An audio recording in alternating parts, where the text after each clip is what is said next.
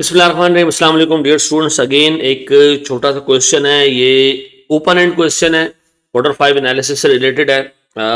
Assume करें 5 marks का 6 marks का क्वेश्चन है और एग्जामिनर ने आपसे ये पूछा है कि इस पे क्वार्टर 5 फोर्सेस अप्लाई करें और देखें कि कंपटीशन की स्ट्रेंथ इस पर्टिकुलर इंडस्ट्री में क्या है जिस इंडस्ट्री में कंपनी ऑपरेट करने जा रही है। आगे देखते हैं जनाब। ये कह रहे हैं जनाब, captain of the sea is a state of the art cruise ship. ये क्रूज शिप है, ये with an enormous capacity of 5000 passengers. आमतौर पे इतनी बड़ी क्रूज शिप कंपैटर्स इतने ज्यादा नहीं होते, ठीक है ना। मे बी एक कंपैटर उसका, मे बी दो कंपैटरों में भी हो ही ना इसके कंपैटर्स, ठीक है जी। It has been built to display several striking features of a cruise ship. बेहतरीन जबरदस्त क्रूज शिप है भाई, बड़े जबरदस्त फीचर्स हैं इसके अंदर, ठीक है जी। क्रूज शिप पे कौन जाएगा? वो जिसकी सैलरी 30,000 रुपए महीने की है, वो सैलरी जिसकी 30 लाख, वो बंदा जिसकी सैलरी 30 लाख रुपए, 30 लाख वाला ना। इसका मतलब है इस पर्टिकुलर कंपनी के कस्टमर्स ब्रांड कॉन्शियस हैं, प्राइस कॉन्शियस नहीं है, ठीक है, दिमाग में रखी गई। This includes kind of a 3 story full length shopping mall that continues to attract large number of customers, ठीक है जी। ठीक ठाक कस्टमर्स हैं, एक प्रॉफिटेबल वेंचर है और रिपीट बिजनेस है। रिपीट बिजनेस का मतलब ये कि देखें, इसके कस्टमर स्विच नहीं कर रहे हैं कहीं और।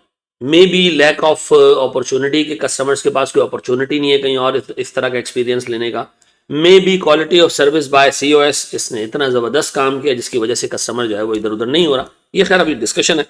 Suggest how following the strategy helps COs in providing suitable defence against each of 5 forces of पोर्टरशिप।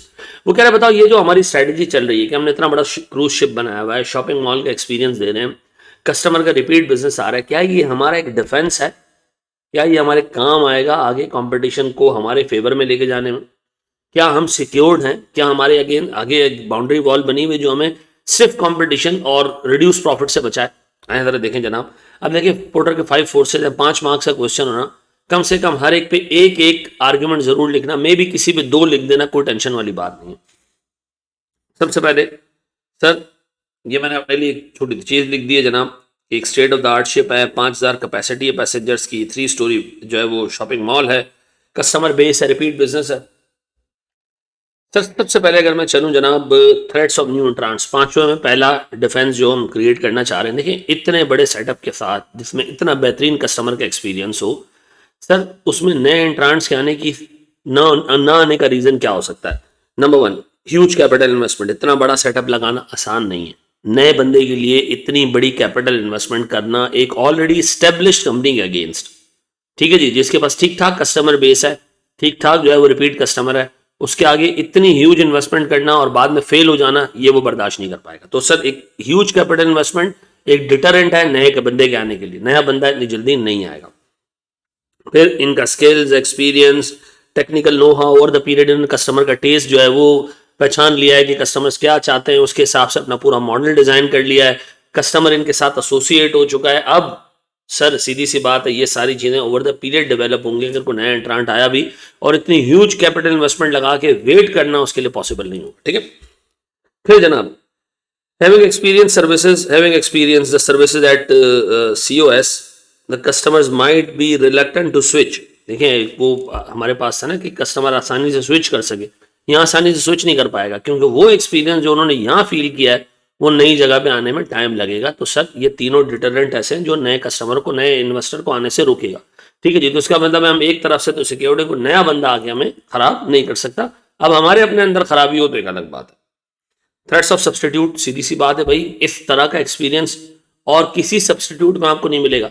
तो सर सब्सटीट्यूट्स का रिस्क भी बहुत लो है, ठीक है जी। जो एक्सपीरियंस आपको यहाँ मिल रहा है शॉपिंग का और क्रूज का, वो शायद किसी और दूसरे सब्सटीट्यूट में ना हो। हवाई जहाज में तो मिलेगा नहीं आपको, छोटी लॉन्च में मिलेगा नहीं आपको, बस में ये एक्सपीरियंस तो मिलेगा नहीं।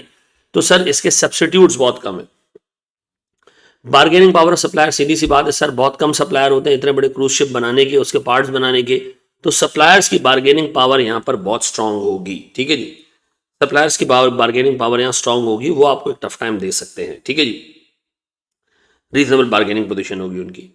Bargaining power of customer, customer के पास कोई सब्सटीट्यूट ही नहीं है, कोई ऑल्टरनेटिव ही नहीं, उन्होंने आना ही आपके दर पे, ठीक है जी। और वो हैं भी प्राइस सेंसिटिव नहीं कि आपको प्राइस बढ़ाओ तो वो रिएक्ट करें।